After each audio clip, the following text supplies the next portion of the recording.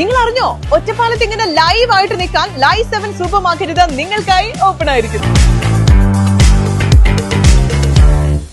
ഒറ്റപ്പാലം നഗരസഭ പുഴയോര പാർക്കിനുള്ള സ്ഥലം DTPCക്ക് കൈമാറി.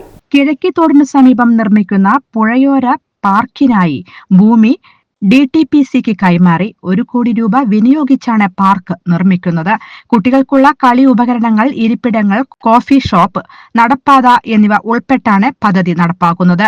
നിലവിലുള്ള തടയണ അല്പം കൂടി ഉയർത്തി വെള്ളം സംഭരിച്ച് ബോട്ടിംഗ് തുടങ്ങുന്നതും പരിഗണനയിലുണ്ടെന്ന് നഗരസഭാ ചെയർപേഴ്സൺ K. ജാനകി ദേവി പറഞ്ഞു. ഒറ്റപ്പാലം നഗരസഭയുടെ വികസന പ്രവർത്തനങ്ങളിൽ ഏറ്റവും പ്രാധാന്യമുള്ളതായിരുന്നു നമ്മുടെ പുഴയോര പാർക്ക്.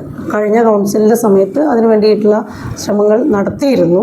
പക്ഷേ ഈ സമയത്ത് നമ്മളിപ്പോൾ അതിൻ്റെ പണി തുടങ്ങാൻ വേണ്ടി പോയപ്പോഴായിരുന്നു അവിടെ ഒരു കേസ് ഉണ്ടായിരുന്നു. ഒരു പ്രൈവറ്റ് പാർട്ടി കേസ് കൊടുത്ത് അതിനെ പണി നിർത്തിവെക്കേണ്ടി വന്നു. എന്തായാലും നമ്മളതിൽ ഇടപെട്ട് കേസൊക്കെ മറികടന്ന് നമുക്ക് ആ സ്ഥലം DTPCക്ക് കൈമാറാൻ വേണ്ടി കഴിഞ്ഞിട്ടുണ്ട്. പാർക്ക് നിർമ്മിക്കുന്നതിന് വേണ്ടി സംരക്ഷണ ഭിത്തി നമ്മൾ കെട്ടി മണ്ണ് നികത്തി സ്ഥലം ഒരുക്കി DTPCക്ക് കൈമാറി. പിന്നെ DTPC അവിടെ പുഴയോര പാർക്ക് നിർമ്മിക്കും. പാർക്കിനായി കണ്ടെത്തിയ തോടിനോട് ചേർന്ന ഭൂമിയിലെ തകർന്ന സംരക്ഷണ ഭിത്തി പൂർത്തിയാക്കിയാണ് പദ്ധതി പ്രദേശം DTPCക്ക് കൈമാറിയത്. 35 മീറ്റർ നീളവും 8 അടി ഉയരത്തിലുമാണ് സംരക്ഷണ ഭിത്തി.